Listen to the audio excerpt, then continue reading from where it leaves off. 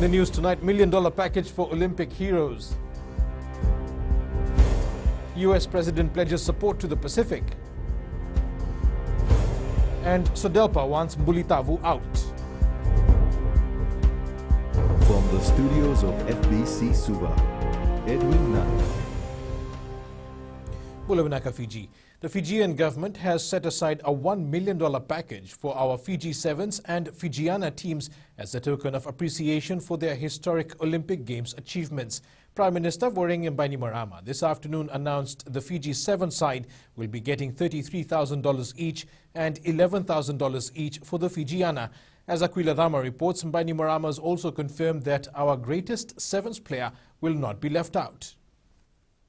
The Prime Minister says the government has purchased a residential lot at the lucrative Tavirua East subdivision valued at $141,700 for Jerry Twai.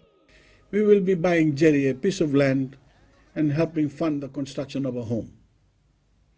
We've purchased a residential lot in the much sought after Tavirua East subdivision, and we will contribute $33,300 in cost towards the construction of a home whenever Jerry decides to build one. It's the least we can do for the greatest Sevens player to ever touch a rugby ball. While Twai and Fiji Sevens won gold, Bainimarama says the biggest story of these Olympic Games is our FIJIAN. Watching our women compete was an experience I will never forget. But the memory of watching my granddaughter watch our FIJIAN make that mark on world rugby made it much more meaningful. Because I could see the inspiration in their eyes. They knew at that moment that they could achieve anything they set their minds to, that they could be anything they wanted to be. And I'm sure every other girl in Fiji felt that same inspiration. We may not celebrate our heroes' achievements now, but it doesn't mean it won't happen. Our goal is to fully vaccinate at least 80% of adults in Fiji by the end of October. Then and only then, we will plan a proper victory celebration for our rugby heroes and for the rest of our Olympians. So please, let's keep at our life-saving work of protecting Fijians through vaccines. The Fiji Seven side is in quarantine in Nandi and will reunite with their families next Thursday after 5 months, while the FIJIAN returns in 4 days' time. Aquila Dama, FBC News. It was a historic moment for the Pacific Islands Forum as Joe Biden became the first United States president to join the opening of the meeting today. At the invitation of PIF Chair, Fijian Prime Minister Voreqe Bainimarama, Biden addressed the meeting, pledging America's support to the Pacific in overcoming the COVID crisis and raising the global ambition to tackle climate crisis. Details with Felipe Naikaso. Mr. Prime Minister, thank you for the invitation. While addressing the island leaders in a recorded video, Joe Biden stated that the immediate threat to all nations is COVID-19, which has taken a heavy toll on us. This pandemic has taken a heavy toll on the lives lost, and there's a lot of them, and they can never, ever be replaced. And the economic impacts are going to require all of us to work together to drive an inclusive, sustained recovery. The U.S. president also reaffirmed his stance on the fight against climate change, stating they are committed to dramatically reducing their carbon emissions by 2030 and building resilience in vulnerable communities globally. We're doubling our annual contribution to climate finance for developing nations and tripling our finance for climate adaptation. The United States is a proud Pacific power and will continue to be an active, engaged partner in the region and a friend to all your countries. Prime Minister Voreqe Bainimarama thanked Biden for making history as the first U.S. president to join the forum and for bringing America forcefully back to the right side of climate history. Today, we meet in a world that is in turmoil. We are beset by a runaway climate crisis, a raging COVID-19 pandemic, and a worsening socio-economic crisis, one you might term the perfect storm.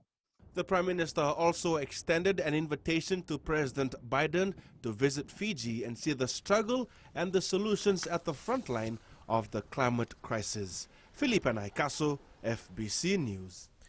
And the U.S. president has pledged support to the Pacific in overcoming the COVID-19 outbreak. Biden, in a virtual address to the Pacific Island Leaders Forum this morning, pledged 500 million doses of the Pfizer vaccine through the COVAX facility.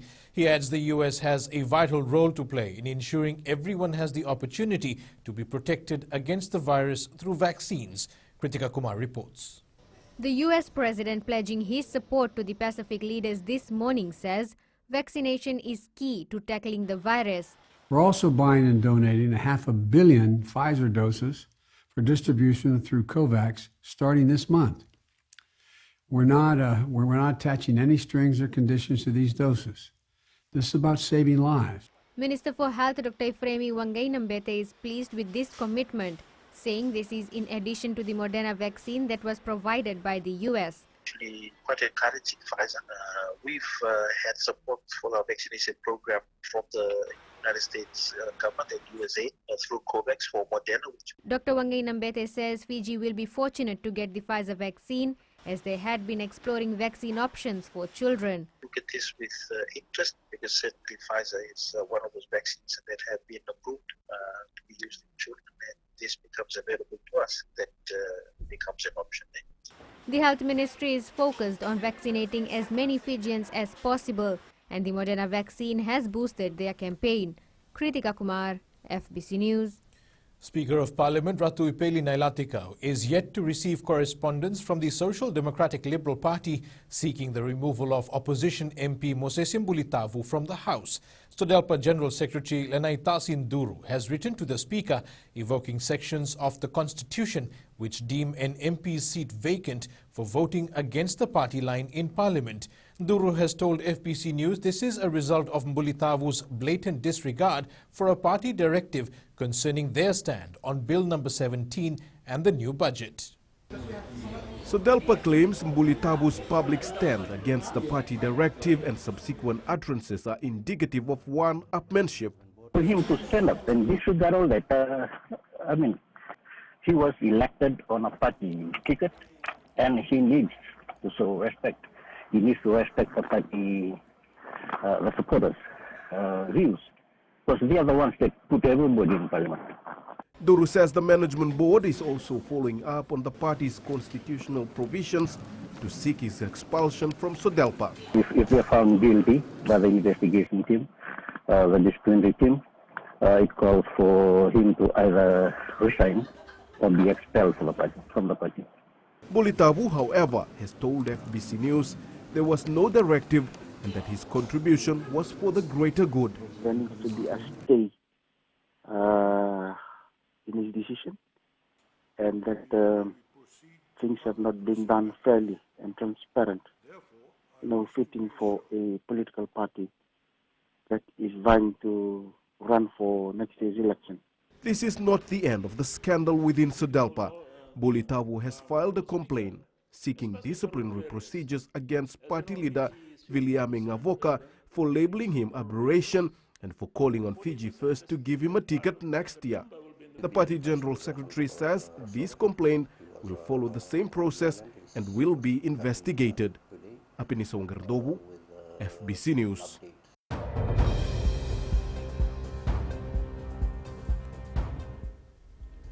Now to our latest COVID-19 update. Fiji recorded 968 new COVID-19 infections for the period ending 8 a.m. yesterday.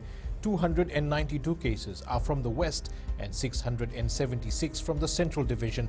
The Ministry of Health also recorded 11 new COVID-19 deaths between August 2nd and the 5th. 8 deaths were in the Central Division and 3 in the West. Fiji has recorded 34,818 cases since April this year. There are now 23,226 active cases in isolation with 11,233 recoveries in total. The COVID-19 death toll stands at 283. The vaccination campaign also continues. As of yesterday, 504,695 people, or 86% of the population, have received their first dose of the AstraZeneca vaccine. 170,901 people, or 29%, have received their second dose. The 5 most vaccinated areas include Mba, Rewa and Nanonga, which are all now 100% first jabbed. Next are Nandi and Naitasiri. Rewa tops the list still as the province with the most number of second jabs administered. And Fahlin Aitchison from Chadwick Road, Nakasi, has been fully vaccinated. Have you vaccinated?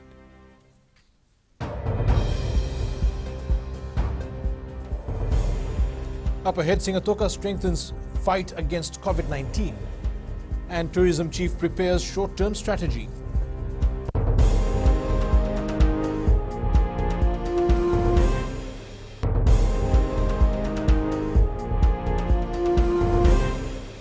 Welcome back. Singatoka is now classified a red zone with an influx of COVID-19 infections as well as deaths. Rokotui Nanonga Serua Ratukalo says mostly the unvaccinated elderly from various villages have succumbed to the deadly virus. Josiah Nanunga has more. Once considered the safest spot in Witilevu when the second wave of the pandemic hit Fiji, it is slowly turning into an area of peril, with over 70 positive cases and 7 deaths so far. We applaud the initiative of village lockdown initiated by the Vanua themselves, and we request to our villagers if this can be followed and respected in view of our quest to cushion the 3 weeks in anticipation towards our second jab. The Provincial Council is working closely with the police and the Health Ministry to ensure people in the province strictly adhere to the community lockdown measures for the next 3 weeks. Most of our second jab, as you probably mentioned, will fall within the next 3 weeks. And to cushion this, we request the general public and our villagers, if we can stock up for the next 3 weeks and refrain from unnecessary movement. We are concerned about the safety of our villages. Right now, we are strictly enforcing our lockdown measures to ensure the virus does not enter the village. To date, the Nadrunga Navosa province has reached the 100% vaccination target for the first dose and 38% for the second dose. The Outrigger Fiji Beach Resort and Blue West villas along the Coral Coast are currently accommodating hundreds of positive patients in quarantine. Chosayena Nunga, FBC News. A short-term strategy has been formulated by Tourism Fiji in the hopes of restarting the industry by December. Speaking exclusively to FBC News from Australia today, Chief Executive Brent Hill says the opening of borders is just a part of trying to revive the once booming industry. Philippa Naikaso has more. The tourism industry is gearing up for a gradual opening in 4 months' time, and according to the new chief, things will not be perfect at the beginning. We're now preparing for a marketing campaign that we will be shooting in Fiji, that will then go out and will be circulated around the world to tell people that Fiji is open. Hill has also hailed the vaccination rates in Fiji, stating that it makes the job of reopening the borders much easier. Talks are also underway to allow fully vaccinated tourists in the country without quarantine. Obviously, it would be ideal if people could travel freely to and from Australia and New Zealand without having to quarantine, as is likely to happen for example, North America. But that will take some time and probably depend on vaccination rates in Australia.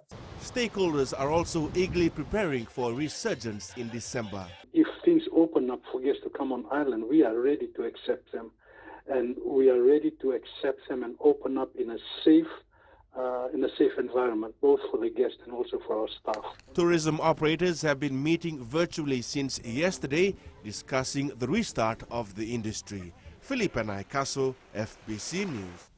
Acting Chief Justice Kamal Kumar has been sworn into office by President Major General retired Chochi Konrote at State House.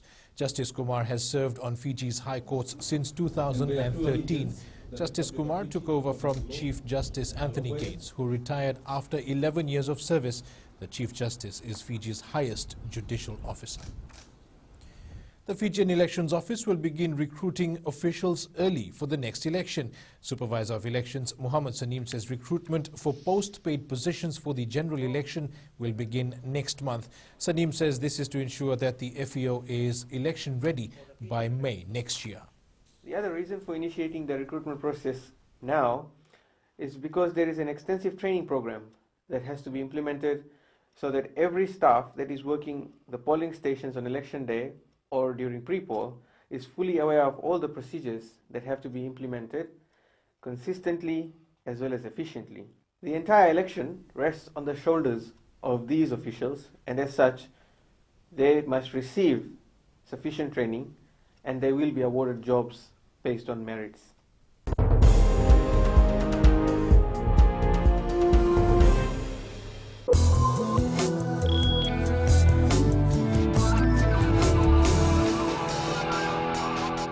First up in business, vendors throughout the 18 municipal councils are able to save money as they sell produce without having to pay stall fees as of Monday. The fees will now be paid by the government to respective municipal councils until July next year.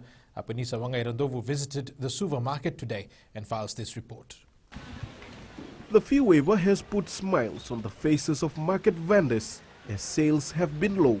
This is the first time we're getting something good from the government, that we are getting free stall for a year, 13.50 a day. Yeah, I'm saving that. So just 4 days now. Satyawati, a market vendor for 32 years, says she could not be any more happier as she is able to save a daily fee of $8.50. The government is very nice, support is this time, good help everybody. Over 2,000 market vendors are benefiting from this stall fee waiver. The vendors say they will be able to take some extra cash home because of this assistance. I don't had any profit this week. It was worst week for me. Even last week was worst week. Well, I'm lucky that I got the government is giving free table, you know, that we're not paying fees, table fees now. We saved $8 stall fees. The exemption applies to both casual and permanent market vendors. Municipal councils will invoice and bill government instead of charging vendors. Apinis Wangairandovu, FBC News. And here are the local exchange rates as set this morning. Our dollar declined against the currencies of our two major trading partners, the Aussie and Kiwi dollars. However, as usual, when it slips against these markets, the Sangamuli rose against other international currencies we cover. Prices on the commodities market were mixed. Crude oil rose to $68 a barrel. Gold dropped a few dollars to $1,803 per ounce. And silver closed down $25.16 per ounce. And time now for Sharon to give us the latest on the markets. Good evening. The Reserve Bank of Australia has been in focus today, and the latest event occurred with the release of their monetary policy statement. In the statement, the RBA had cut near-term GDP forecast, but stays optimistic of recovery moving forward. The key takeaways of the forecast was unemployment at 5%, GDP to be 4%, and trim mean inflation to be around 1.75% by the end of this year. The US dollar was mixed across the board, up against safe haven rivals and high-yielding assets. However, it was mostly down against commodity-linked currencies. The market mood picked up following news that the US Senate is in talks to finish the infrastructure bill and kickstart discussing the $3.5 trillion budget afterwards. The greenback also got a bump after data showed fewer Americans filed for unemployment benefits last week. Initial claims for state unemployment benefits fell by 14,000 to 385,000 in the week ended July 31st. Meanwhile, Bank of England left its benchmark interest rate unchanged at 0.1% last night. The bank's monetary policy report further forecast for inflation to hit 4% and the economy to grow by 8% this year. And that's all from your HFC Bank for this week. Thanks for tuning in.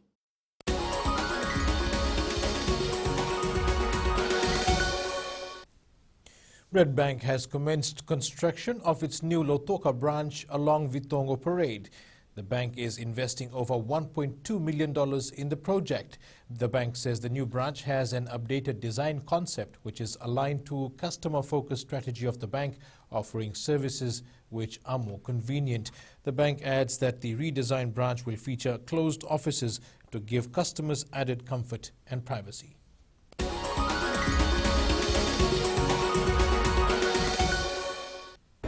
Coming up after the break, NGOs step up to assist the needy. Stay with us.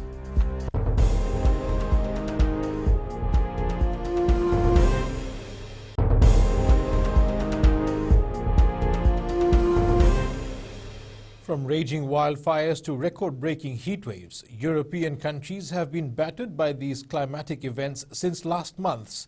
The EU scientists are saying global warming is the cause of these catastrophic disasters.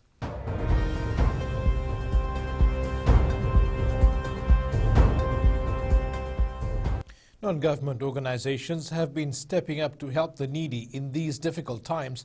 With high numbers of daily infections in the Lami-Suva-Nosori corridor, volunteers have been reaching out to those in isolation, providing the basic necessities. Jeshulal reports.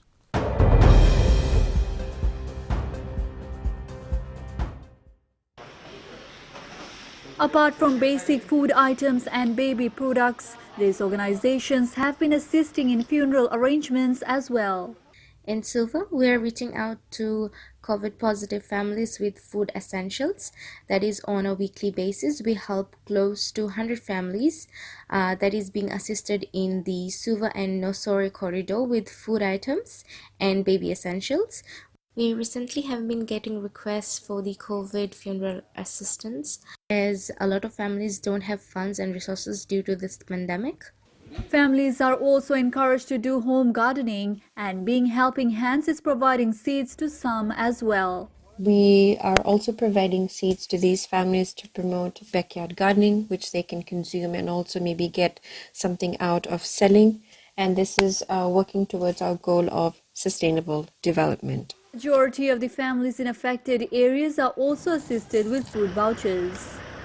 Voice of Needy Foundation provides food packs and baby packs to the needy families and also adopts extremely poor families. NGOs are also providing psychosocial support to affected families as well as medical assistance. Jeshulal, FBC News.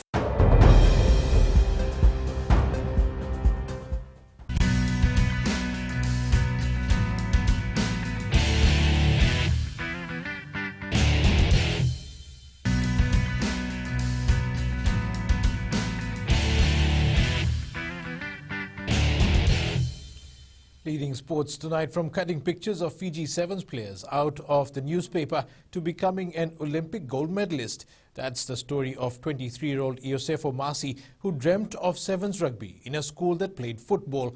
Talei Matairakula reports Masi kept the passion alive through primary school until he played his first rugby match at Holy Cross College. I remember at times when the series was played during weekdays, I would deliberately miss school so I could watch the national team on TV. I would volunteer to help my dad at the farm so I can stay home and watch the game. Attending a school that only encouraged football did not deter his love for rugby. I had a file in primary school where I kept cutout pictures of the Fiji Sevens players from the newspapers. I would take it to school every day and just stare at it. It gave me motivation to hold on to my dream. We will both be playing sevens for Fiji. Iosefo Masi was uncovered at the 2020 Marist Sevens when he ran away with 3 impressive tries for Tampanamu, enough to earn him a spot in the national team.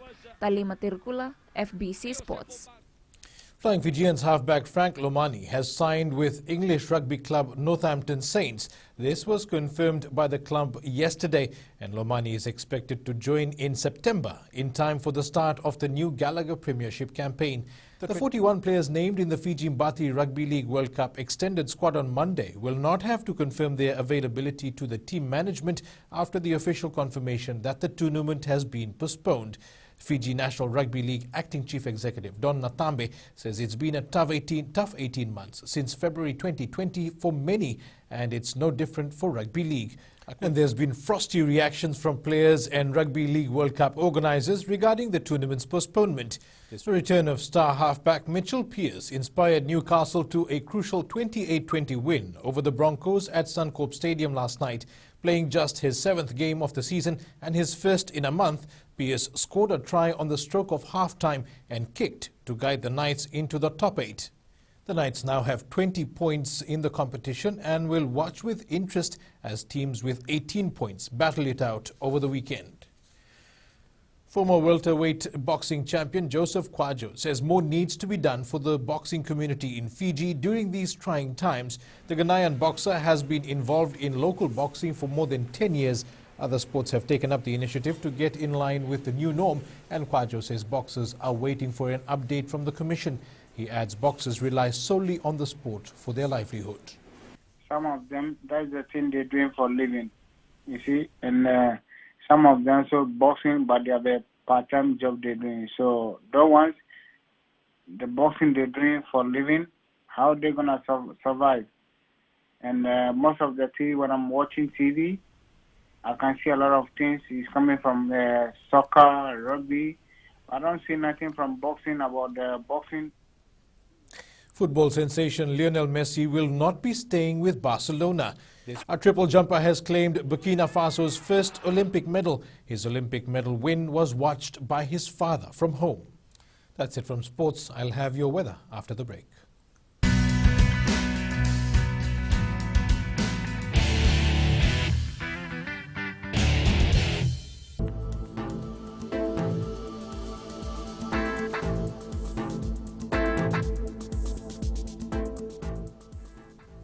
Another fine day across the country today. In the west, sunny to partly cloudy and nice. Eastwards from Pacific Harbour to Suva, sunny and pleasant. In the north, pleasant with sunshine and patchy clouds throughout the day.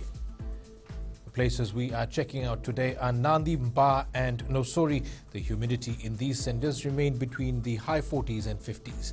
At sea, moderate southwest to southerly winds becoming predominantly southerly. Moderate seas. Turning to the tides, the next low tide is at 10:28 p.m. with high tide at 5:01 tomorrow morning. Sunrise is at 6:31.